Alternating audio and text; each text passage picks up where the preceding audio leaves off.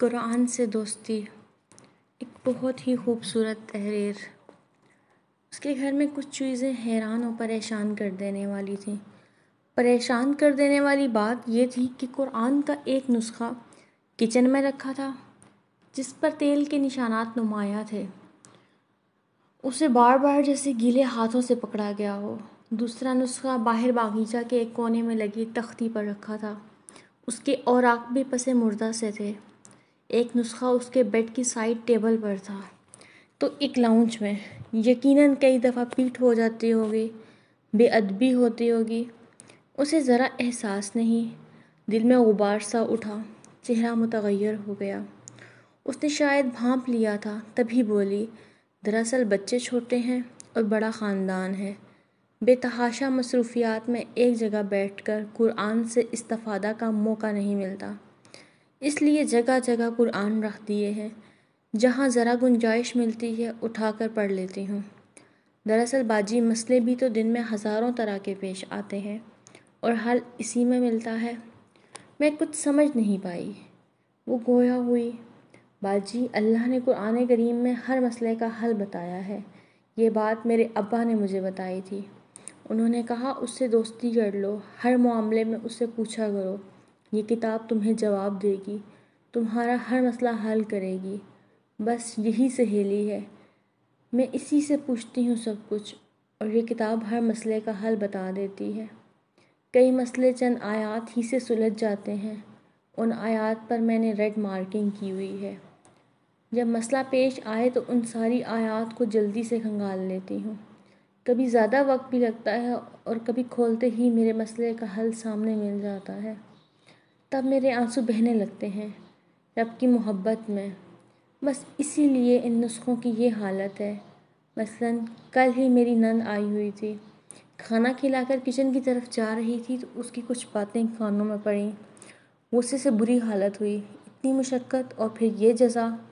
ایسے میں کیا کروں؟ قرآن کھولا، ایک آیت سامنے تھی، برائی کو اس نیکی سے رفع کرو جو بہترین ہو۔ کل ہی اپنے لیے بندے لائی تھی، جا کر نند کو پہنا دیے۔ اس کی حالت دیکھنے والی تھی، وہ کچھ دیر دیکھتی رہی پھر رو پڑی۔ میں نے اسے گلے لگا لیا، بولی بھابھی سسرال میں منفی ماحول نے منفی بنا دیا ہے، معاف کر دینا مجھے، آپ واقعی بہت اچھی بھابھی ہیں، بہنوں سے بھی بڑھ کر۔ اللہ تمہیں خوش رکھے، آباد رکھے۔ عجیب سرشاری عطا ہوئی۔ آج جب آپ آئے میں کھانا بنا چکی تھی، دل میں خیال آیا کیسے پورا ہوگا۔ اتنے میں قرآن کھولا تو لکھا تھا، اگر شکر کرو گے تو میں بڑھا دوں گا۔ میں نے پریشانی ہٹا کر شکر ادا کیا۔ فریج میں دیکھا مٹر رکھے ہیں، چاول نکالنے لگی کہ پڑوس سے بریانی کی ڈش آ گئی۔ میاں آفس سے آتے ہی حلیم ساتھ لے آئے، یعنی اللہ نے فوراً ہی مسئلہ حل کر دیا، بندوبست کر دیا۔ بس باجی ہر مشکل لمحے میں ہمیں رجوع اسی کی طرف کرنا ہوتا ہے۔ کووڈ میں میاں کا کام چھوٹ گیا، بڑی پریشانی ہوئی۔ قرآن کھولا تو لکھا تھا استغفار کرو، بدلے میں تمہیں بارش بھی دوں گا، مال اور اولاد کو بڑھاؤں گا اور باغات اور نہریں عطا کروں گا۔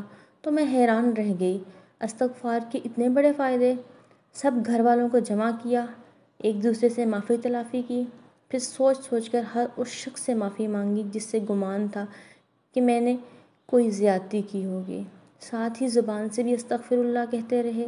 سید الاستغفار کا بھی ورد رہا۔ آپ یقین جانو 3 دن کے اندر ہی اس کے تاثرات ظاہر ہوئے۔ ایک خاندان سے عرصے کی ناراضگی تھی، معافی تلافی کے بعد وہ سب گھر آئے۔ باتوں باتوں میں انہوں نے لیدر کمپنی کی پوسٹ خالی ہونے کا ذکر کیا، اس کے تجربے کی بنیاد پر 3 گنا تنخواہ اور کئی سہولیات کے ساتھ ان کی جاب پکی ہو گئی، اور ناراض لوگوں کے راضی ہونے سے جو سکون اترا اس کا تو اندازہ ہی نہیں۔ برکتوں کی بارش اور خوشیوں کی باغ گویا ہاتھ آ گئے۔ وہ بہت سادگی سے قرآن کو سینے سے محبت سے لگائے بتاتی جا رہی تھی اور میں شرمندہ تھی۔ آج تک قرآن سے ایسا سہیلی والا تعلق تو بنا نہیں تھا اور نہ ہی ایسی رہنمائی میسر تھی۔ اب دل کا غبار ندامت میں ڈھلا تو آنسوؤں کی صورت بہنے لگا۔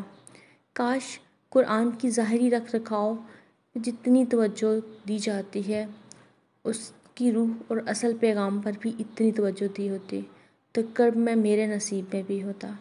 اور دکھوں کی گٹھڑیاں اٹھائے آج میں نہ پھر رہی ہوتی، میں مقدس جان کر اس کی اس اصول پیغام سے ہی محروم ہو گئی۔ تو یہ تھی ایک بہت ہی خوبصورت تحریر جس میں یہ بتایا گیا کہ قرآن سے کیسے رشتہ بنانا چاہیے۔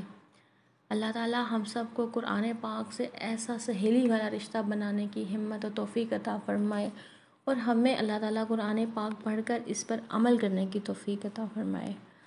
آمین ثم آمین۔